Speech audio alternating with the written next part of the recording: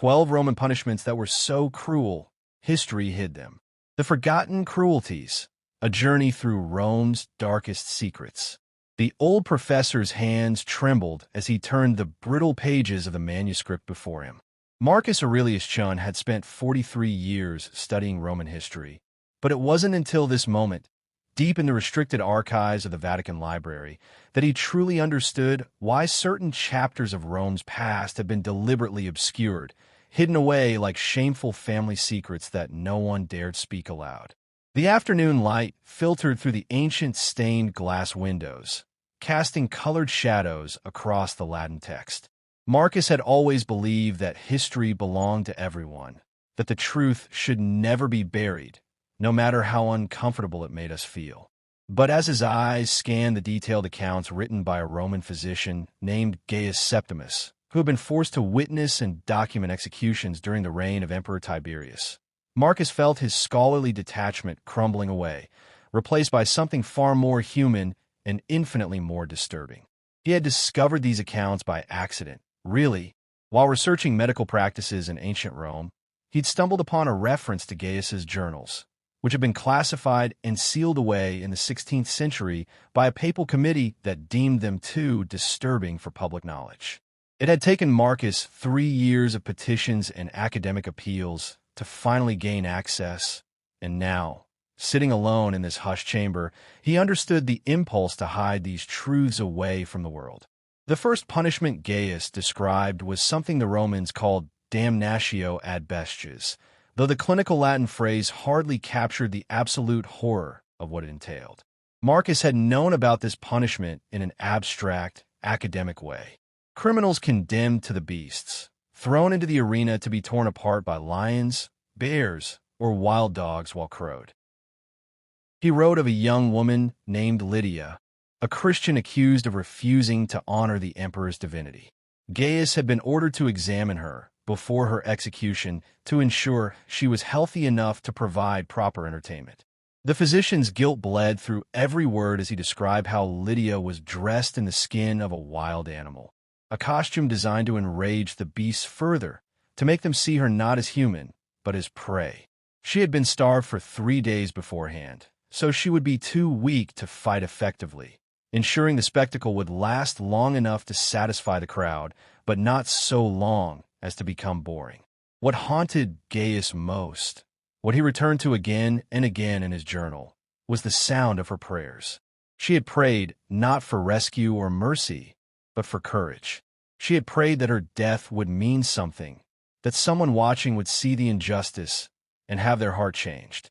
Gaius wrote that he had seen hundreds die in the arena, but Lydia's death was the one that made him question everything he had accepted about Roman civilization and justice. Marcus set down the manuscript and removed his reading glasses, pressing his palms against his eyes. He had a daughter about the age Lydia must have been. The historical record suddenly felt far too personal, too real. But he forced himself to continue reading because this was why he had fought so hard for access to these documents. If Gaius had found the courage to record these atrocities, Marcus owed it to history to bear witness to them now. The second punishment Gaius detailed was known as cullius, the punishment of the sack, reserved specifically for those convicted of parricide, the murder of one's parents or close relatives. The Romans considered this crime so heinous, so contrary to the fundamental order of family and society, that they devised a punishment meant to reflect the criminal's rejection of nature itself. The condemned person would be sewn into a leather sack along with a dog, a rooster, a viper, and a monkey. Each animal had symbolic meaning. The dog represented shamelessness. The rooster represented early morning when crimes were often discovered. The viper represented treachery, and the monkey was meant to represent the criminal's mockery of human form. The sack would then be thrown into the river Tiber. But Gaius's account revealed details that history books never mentioned. He described being present when a man named Quintus was executed in this manner for allegedly poisoning his elderly father. Gaius wrote about how the animals, terrified and confined in darkness, would attack anything they could reach. The condemned person would be bitten, clawed, and pecked at while simultaneously drowning, unable to fight back or defend themselves because their arms were bound. The physician estimated that death might take anywhere from 5 to 15 minutes, depending on how quickly the sack filled with water and how ferociously the animals attacked. What disturbed Gaius most was that Quintus had maintained his innocence until the very end, screaming that his stepmother had poisoned his father and blamed him. But Roman law was absolute. Once convicted, there could be no appeal, no reconsideration. Gaius wrote that he had examined the evidence afterward, driven by the man's desperate final words, and found inconsistencies that suggested Quintus might have been telling the truth. The physician had tried to bring this to the attention of the magistrate, but was told that the matter was closed and that questioning a verdict was itself a form of sedition. Gaius never forgot that case, the possibility that an innocent man had died, one of the most terrifying deaths imaginable, because the legal system valued finality over truth. Marcus stood and walked to the window, needing a moment to collect himself. Outside, tourists laughed and took photographs, entirely unaware of the dark history being excavated in the archive above them. He wondered what they would think if they knew about the foundations upon which Western civilization had been built, the rivers of blood and suffering that flowed beneath the magnificent architecture and engineering achievements they so admired. When he returned to the manuscript, Marcus found Gaius's description of a punishment called pena culiae saxorum, the penalty of stones. This was a variation reserved for those who had betrayed the state or committed particularly egregious acts of treason. The victim would be stripped naked and forced to kneel in the center of the forum, exposed to public view. Citizens would then be encouraged to throw stones, but with a cruel restriction. The stones could be no larger than a hen's egg. This deliberate limitation ensured that death would not come quickly. Large stones might kill in minutes, but small stones meant the condemned would endure hours of pain as their skin split open, bones fractured, and internal organs ruptured slowly. Gaius described witnessing the execution of a senator named Cassius who had been convicted of plotting against Emperor Caligula. The physician wrote that Cassius had been a proud man, known for his Stoic philosophy and his lectures about dignity in the face of death. But there was no dignity in what Gaius witnessed that day. After the first hour, Cassius had been reduced to a sobbing, broken creature, begging for mercy that would never come. His former colleagues, senators who had dined at his table and praised his wisdom, threw stones with the rest of the crowd, fearful that showing any hesitation might mark them as sympathizers. Gaius noted that it took 4 hours for Cassius to finally die, and that his body was left in the forum for 3 days as a warning to others. The physician's handwriting became shakier as he described the next punishment, something he called the worst thing he had ever witnessed in his years of service. The Romans had a practice called tunica molesta, the painful tunic. Victims would be dressed in a tunic that had been soaked in pitch, tar, or other flammable substances. They would then be tied to a stake and set on fire, transforming human beings into living torches. Emperor Nero had been particularly fond of this method, using it to illuminate his garden parties. Gaius had been ordered to attend one such party, where Christians were being punished for allegedly setting fire to Rome. The physician wrote that he had stood there in his finest toga, holding a cup of wine, while human beings screamed and burned just meters away, their bodies illuminating the carefully manicured gardens where Rome's elite chatted and laughed. What haunted Gaius was not just the act itself, but the casual nature of the surrounding conversation. He recorded snippets of dialogue, aristocrats discussing business transactions and romantic gossip, while the smell of burning flesh filled the air. One woman had complained that the screaming was becoming tiresome and suggested that perhaps the victims' tongues should be cut out beforehand to avoid disturbing the ambience. Gaius wrote that he had vomited into a bush that night and that the other guests had mocked him for having a weak constitution. Marcus felt tears on his cheeks and realized he was crying. He was a professional historian, trained to maintain objective distance from his subjects, but there was no distance possible from this kind of human suffering. These weren't just statistics or abstract historical events. These were people, individuals with thoughts and feelings and loved ones, subjected to torments that defied comprehension. The manuscript continued with a description of suppidaneum, a refinement of crucifixion that historians rarely discussed. Everyone knew the Romans crucified criminals, but few understood the deliberate engineering that went into maximizing suffering. Gaius explained that contrary to popular belief, death by crucifixion usually came from asphyxiation rather than blood loss. The position of the body, with arms outstretched and the weight pulling down on the chest cavity, made breathing increasingly difficult. But Roman executioners had discovered that if they provided a small wooden platform for the victim's feet, a suppidaneum, the condemned could push themselves up to breathe, prolonging their life and thus prolonging their agony. What might have taken hours could be extended to days. Gaius described examining crucified criminals who had been on their crosses for more than 72 hours, their bodies covered in insects, their tongues swollen from thirst, their minds beginning to fragment from pain and exposure. The physician noted that the worst part was the hope.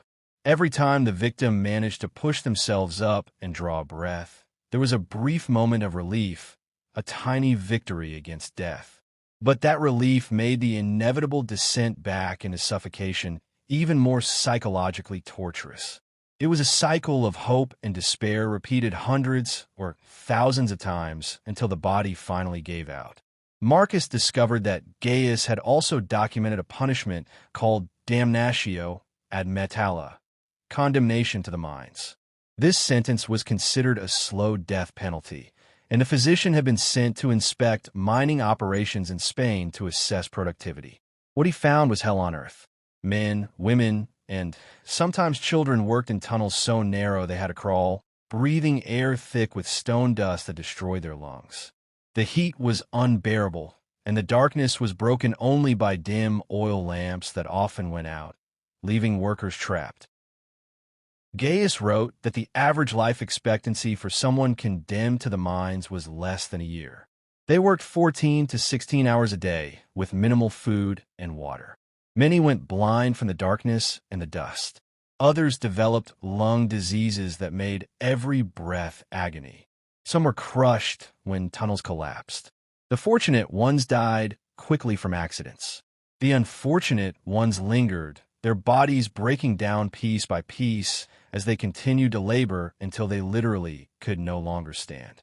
What disturbed the physician most was meeting a woman named Claudia who had been in the mines for 7 years, far longer than anyone typically survived.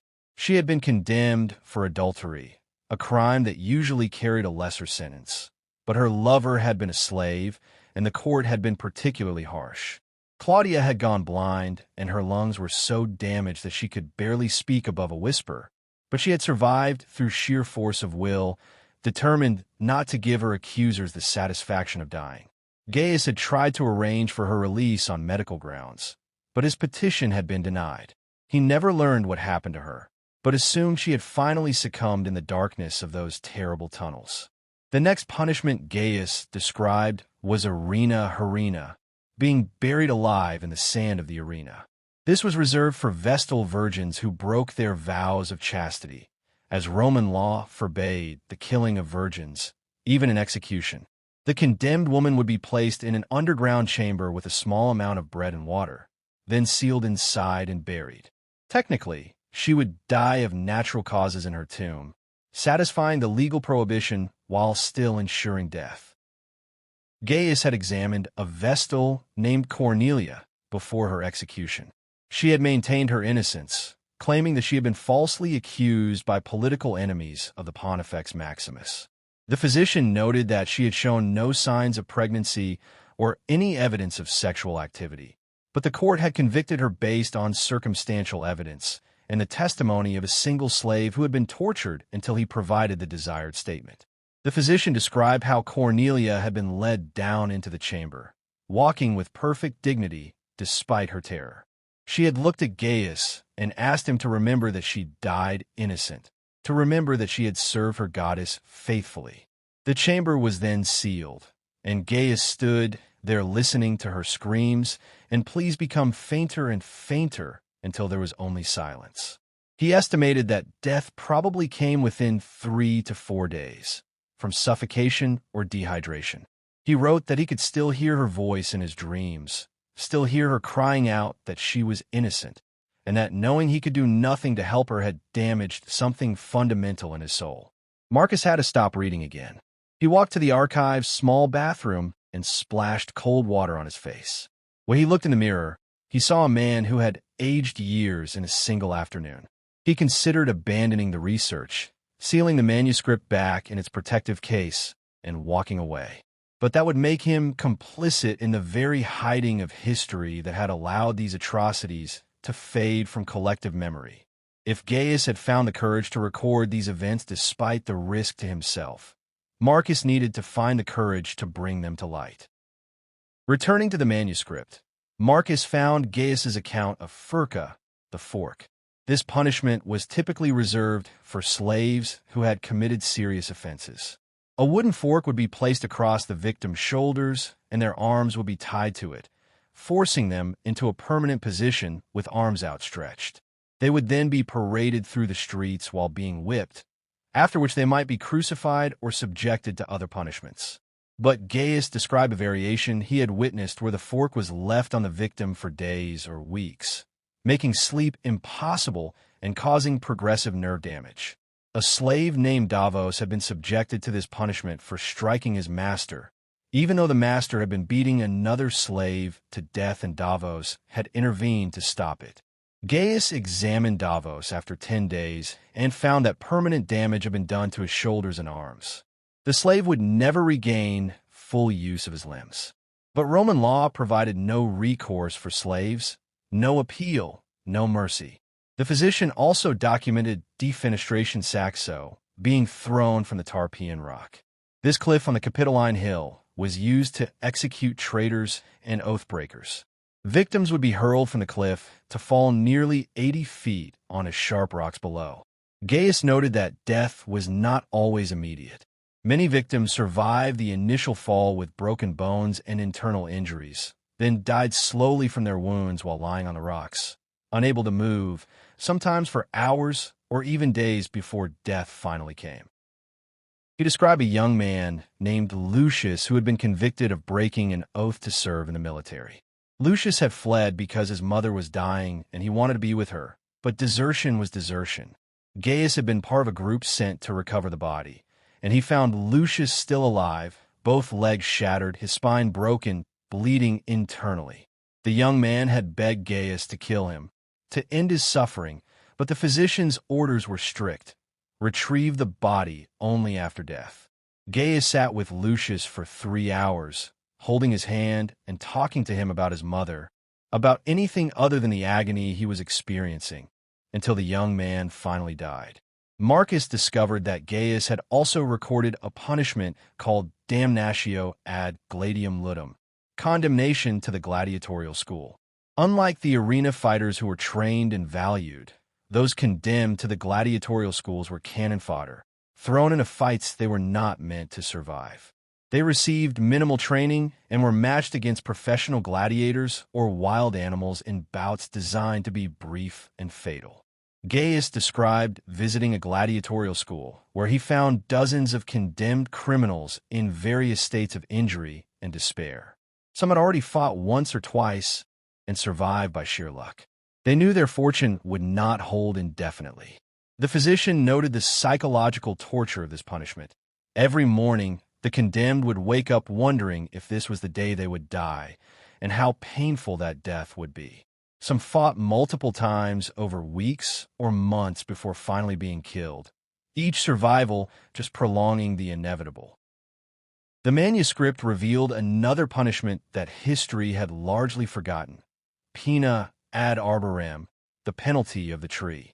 Victims would be tied to a tree in a public place and left there, forbidden from receiving food or water. They would die slowly of exposure, thirst, and starvation while the city went about its business around them. Gaius described this as particularly psychologically devastating because the victims remained visible to their friends and family, who were forbidden from helping them under penalty of sharing their fate. He wrote about a man named Titus who had been convicted of fraud and tied to a tree in the Forum Romanum. Titus's wife came every day and stood at the permitted distance, watching her husband die slowly over the course of 8 days. She brought their young children, and Gaius documented the man's anguish at being unable to comfort them as they cried. On the 5th day, Titus's mind began to break from the combination of thirst and despair. He had delusions that his children were crying for him, even when they were not there. By the 8th day, when death finally came, Gaius wrote that it seemed less like an ending than like a mercy that should have been granted days earlier. The final punishment Gaius described was perhaps the most insidious because it was not swift and dramatic, but slow and systematic. Damnatio memoriae was the condemnation of memory, the official erasure of a person from history. The convicted person's name would be chiseled from all monuments, their property seized, their family forbidden from speaking their name. They would be treated as if they had never existed. But Gaius revealed that this punishment was often combined with physical torture before the erasure. The victim would be subjected to various torments. Then their broken body would be thrown into the Tiber or left in an unmarked grave. Everyone who had known them would be forbidden from acknowledging that they had ever lived. He wrote about several people subjected to this punishment, including a senator named Germanicus who had fallen out of favor with Emperor Domitian. After Germanicus was tortured and killed, every inscription bearing his name was destroyed. His children were forbidden from using their family name. His widow was forced to marry another man and pretend her previous marriage had never occurred. Gaius wrote that the complete erasure of a person's existence was perhaps the cruelest punishment of all, because it meant their suffering would be forgotten, their stories never told, their lives rendered meaningless as if they had never been lived. Marcus realized with a chill that Gaius's journal itself was a form of resistance against damnatio memoriae. By recording these names, these stories, these individual human tragedies, the physician was ensuring that the victims would not be completely erased. Even 2,000 years later, even though the original Latin words now belonged to someone they would never meet, their existence was being acknowledged, their suffering witnessed. The last entry in the manuscript was dated 3 days after Gaius's final official report. The physician wrote that he could no longer serve the system that had forced him to witness and document such atrocities. He had decided to resign his position, knowing it would mean social death and possibly actual death if he was suspected of disloyalty. But he wrote that he would rather lose everything than continue to be complicit in what Rome called justice. Gaius ended with words that made Marcus weep openly. I write these words knowing they may never be read, or that if they are read, it may be by people who condemn me for my weakness in opposing the natural order of civilization. But I cannot remain silent. I cannot let these deaths mean nothing. If anyone, reads this in some distant future, I beg you to remember that these were people. They had names, they had lives, they felt pain and fear and hope. They died in ways no human being should ever die, and their suffering was sanctioned by law, by tradition, by the very foundations of our society. If your civilization has moved beyond such cruelties, please remember how you got there. Please remember the price that was paid in human suffering to teach you that there are better ways. And if your civilization has not moved beyond these things, if you still inflict such suffering on those you condemn, then I beg you to stop. Find another way. Be better than we were. That is all any of us can do. Try to be better than those who came before us. Marcus closed the manuscript with shaking hands. The afternoon had turned to evening, and the archive was growing dark. He sat in the gathering shadows and thought about Gaius Septimus, a Roman physician who had risked everything to bear witness to suffering, to preserve the names and stories of those Rome had tried to erase. The professor thought about the 2,000 years that separated his world from Gaius's world. He thought about the progress humanity had made, the abolition of such spectacular cruelties in most of the world. But he also thought about the ways suffering continued, perhaps less visible, but no less real. He thought about how easy it was to look away, to justify atrocities with legal language and noble principles, to convince ourselves that certain people deserve whatever happens to them. Marcus knew he would publish his findings, would bring Gaius's testimony to light after all these centuries. It would be controversial. Some would argue that dredging up such ancient horrors served no purpose, that we should let the past remain buried. But Marcus understood something that Gaius had understood 2 millennia earlier. Memory matters. Bearing witness matters. Refusing to look away from suffering, even ancient suffering, even suffering we cannot prevent or undo, matters. As he carefully packed the manuscript away, Marcus made a silent promise to Gaius and to all the names the physician had recorded. Their stories would be told, their suffering would be remembered, their lives would mean something. History had tried to hide them away, to bury them in restricted archives where no one would be troubled by their pain. But no longer. The forgotten would be remembered, the hidden would be revealed, and perhaps, in the remembering, humanity might find the resolve to ensure that such cruelties truly remained in the past, never to be repeated in any form. That was all anyone could do, as Gaius had written. Try to be better than those who came before. Remember the price that was paid for the lessons we should have learned. And never, ever look away from suffering, no matter how old or how distant it might seem. The archive lights came on automatically, flooding the room with artificial brightness. But Marcus remained sitting in his chair, thinking about darkness and light, about cruelty and compassion, about the long, terrible journey from the world Gaius had known to the world Marcus inhabited. It had taken 2,000 years and rivers of blood to get here. The question that haunted him now was simple and terrible. Had we learned enough? Would we continue to move forward? Or would we, in our forgetting, condemn ourselves to repeat history's darkest chapters? Marcus didn't have an answer. All he had was Gaius's testimony and the responsibility to ensure it was finally heard.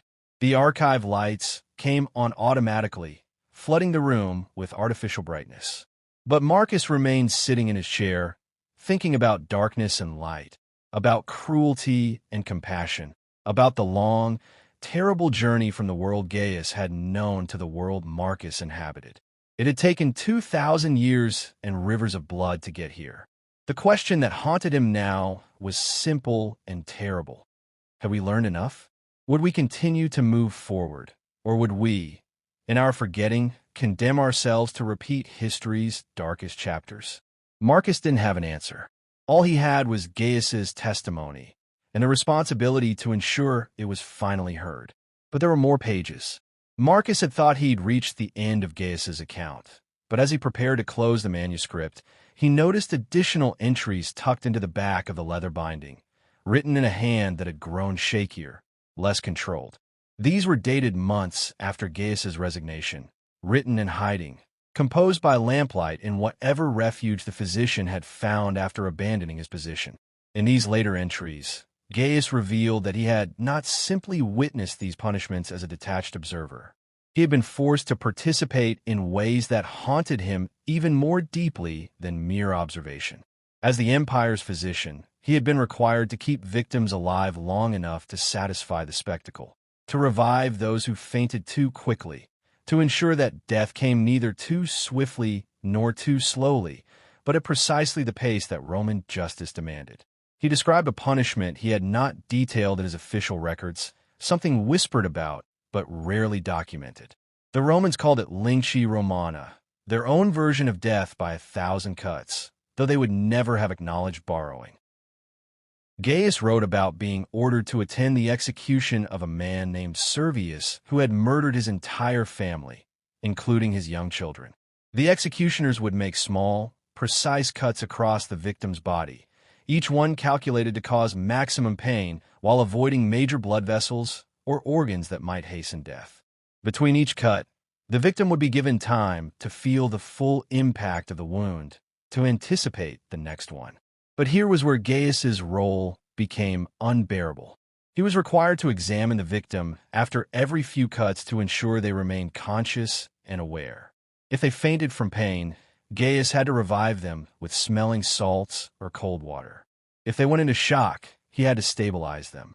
His medical knowledge, which he had devoted his life to acquiring in order to heal and help people, was being weaponized to prolong agony. Gaius described how Servius's execution had lasted more than 6 hours. The physician had revived him 4 times. Each time, Servius would return to consciousness, and the horror of his situation would crash over him anew.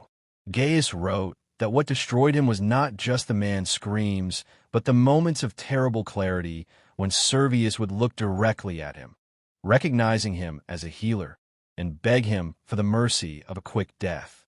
And each time, Gaius had to turn away and signal the executioners to continue. The physician revealed that after that day, he began having nightmares so severe that he could barely sleep. He would wake up screaming, seeing Servius's eyes looking at him, asking him why a healer would cause such suffering. Gaius wrote that he had tried to rationalize his participation, telling himself that Servius was a monster who deserved punishment for killing his children. But he could not escape the fundamental contradiction. He had taken an oath to heal, and instead he had used his skills to torture. Marcus felt his hands trembling again as he read these confessions. He understood why this section had been separated from the main manuscript, why it had been hidden even more carefully. These words were dangerous not just because they documented Roman cruelty, but because they revealed the complicity of those who claimed to serve higher principles. Gaius was admitting that the worst atrocities were not committed by monsters, but by ordinary people who convinced themselves they were just following orders, just doing their duty, just serving their society. The manuscript continued with Gaius's account of another punishment that involved his medical expertise in the most twisted way. He described what the Romans called aqua lenta, the slow water. Victims would be strapped to a table with their heads tilted back and their mouths forced open. Water would then be poured slowly into their mouths and noses, not enough to drown them quickly, but enough to create the sensation of drowning over and over again. Gaius's role was to monitor the victim's condition and determine the precise rate at which water should be administered. Too fast, and death would come too quickly. Too slow, and the psychological impact would be diminished. He had to find the perfect balance that would maximize terror and suffering while keeping the victim alive for as long as possible. He wrote about a woman named Julia who had been accused of poisoning a prominent senator. Gaius had examined her extensively before her torture began and found no evidence of the poison in her possession, no connection to the senator beyond having served at a banquet he attended. But the senator's family wanted someone to blame, and Julia, a slave with no legal protection, was convenient. The physician described how Julia had maintained her innocence throughout the torture, even as water filled her lungs again and again, even as she choked and gasped and felt herself dying only to be revived and subjected. For 3 hours, adjusting the water flow, checking her vital signs, ensuring that her suffering continued at the optimal level. What broke Gaius was when Julia, during one of the brief respites when the water was stopped so she could be questioned, looked at him and asked simply, why? Not why was this happening to her, but why was he, a healer, helping to torture her? Gaius wrote that he had no answer. He stood there with his medical instruments and his knowledge and his prestigious position, and he could not explain to this dying woman why he was participating in her destruction. Julia had died eventually, drowned slowly over hours, and she had died proclaiming her innocence to the end. Gaius wrote that he investigated afterward and discovered that the poison that killed the senator had likely been in wine that Julia never touched, that she had been nowhere near the senator when he consumed it. An innocent woman had been tortured to death, and Gaius had been the instrument of that torture, using his medical expertise to make her suffering as prolonged and terrible as possible. Marcus stood and paced the archive, his mind reeling. He had spent his entire career studying Rome, admiring its achievements, its law, its engineering, its contribution to Western civilization. But here was the cost of that civilization, written in the shaking hand of a man whose soul had been destroyed by what he had been forced to do in its name. The manuscript revealed yet another punishment, one that Gaius called the cruelest of all because it targeted not just the condemned, but everyone who loved them. Pena familiae was the punishment of the family.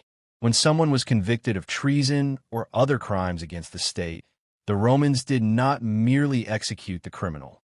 They would sometimes execute the entire family, including children, to eliminate any possibility of future revenge or to make an example so terrifying that no one would dare commit similar crimes. Gaius described being present at the execution of a family whose patriarch, a senator named Flavius, had been accused of plotting against Emperor Tiberius. The evidence was questionable, based largely on the testimony of a single informant who had been promised money and status for his information. But Tiberius was paranoid, seeing conspiracies everywhere, and the accusation was enough. Flavius was executed first, crucified in sight of his family, so they could watch him die. Then his wife was strangled. His 2 adult sons were thrown from the Tarpeian Rock. His daughters, ages 12 and 14, were strangled as well because Roman law permitted the execution of children if they were complicit in their parents' crimes, and the court had decided that living in a household made them complicit by default. What haunted Gaius most was Flavius's youngest child, a boy of 7 named Marcus. The child was too young to be executed as a criminal, but allowing him to live posed a risk that he might seek revenge when he grew older. So instead, the child was sold into slavery to a mine owner known for working his slaves to death. Gaius wrote that this was considered merciful, that the judges congratulated themselves on their compassion in sparing the child's life, even as they condemned him to a fate that would likely be worse than a quick death.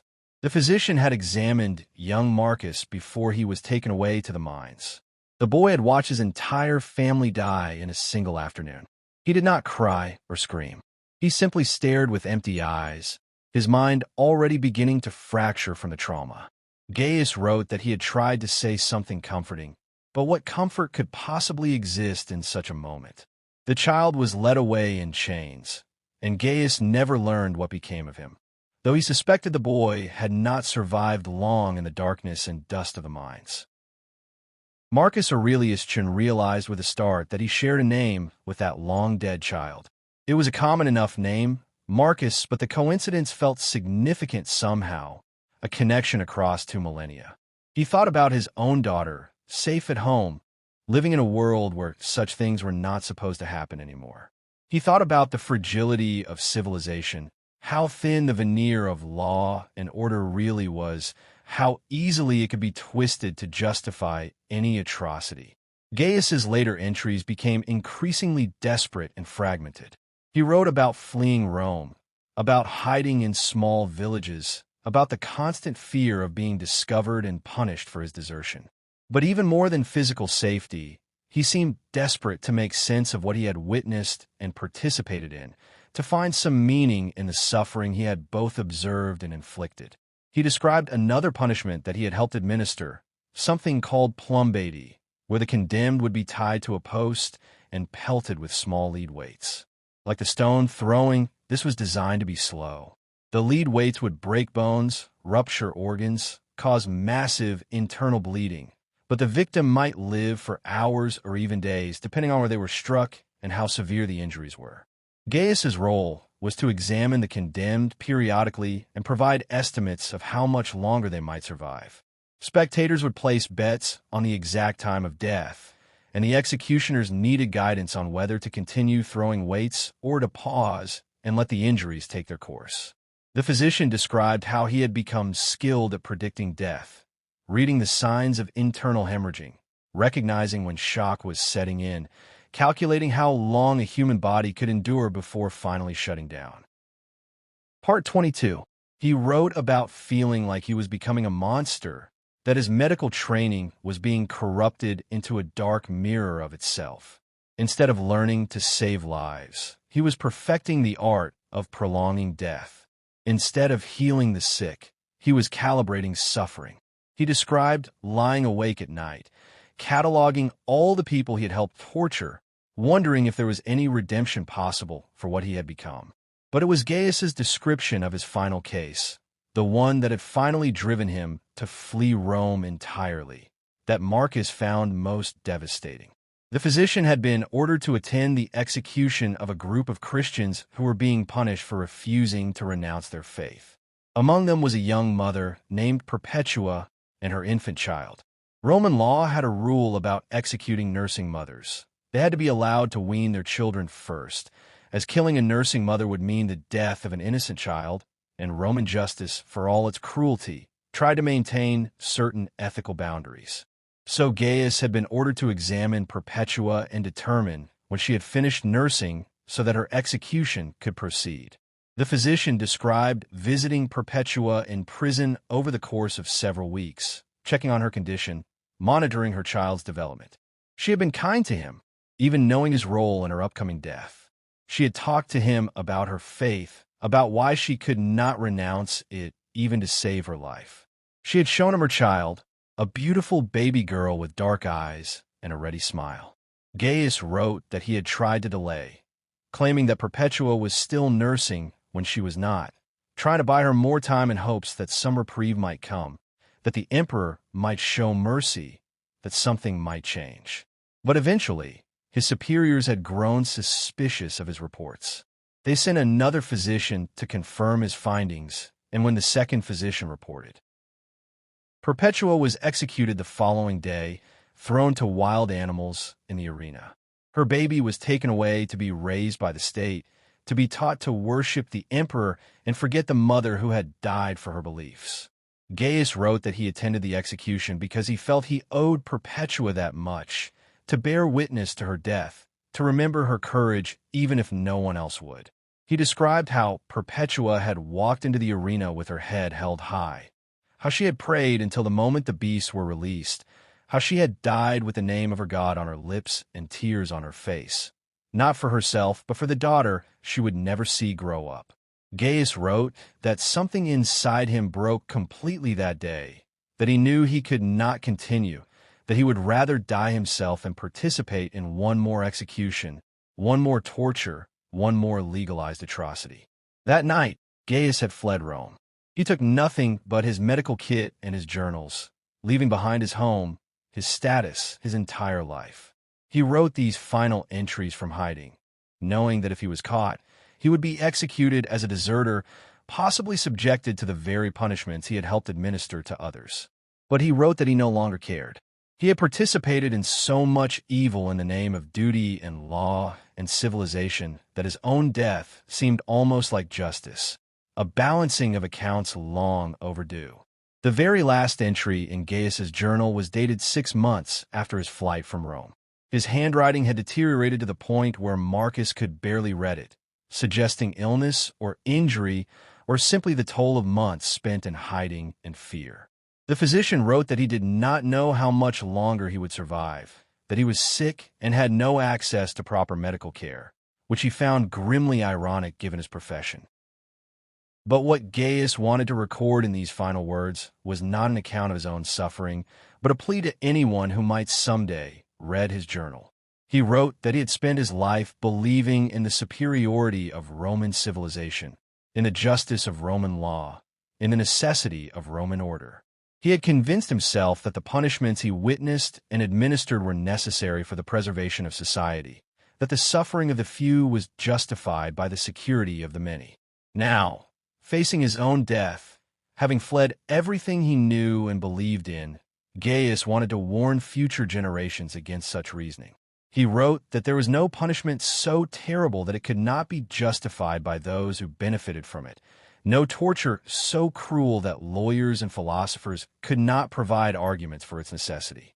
The danger was not in malicious people inventing new cruelties, but in good people convincing themselves that cruelty was justified, was necessary, was even righteous. Gaius wrote that the people who had ordered these executions were not monsters. They were respected senators and judges, philosophers and priests, people who loved their families and honored their gods and considered themselves guardians of civilization. They had convinced themselves that their cruelty was justice, that their torture was law, that their brutality was civilization. And physicians like Gaius had helped them by providing the medical expertise needed to perfect their punishments, by lending the authority of science and learning to practices that should have been recognized as abominations. The physician's final words were a simple plea. If you who read this live in a world that has moved beyond such things, guard that progress carefully. Do not let lawyers and philosophers convince you that cruelty can be justified. Do not let necessity become an excuse for atrocity. Do not let civilization become a cover for barbarism. Remember that every person. Marcus closed the manuscript as the Vatican archive grew dark around him. Outside, Rome continued its eternal existence. Tourists walking streets that had once run red with blood, admiring monuments built by the same civilization that had devised such exquisite torments. The Colosseum still stood, beautiful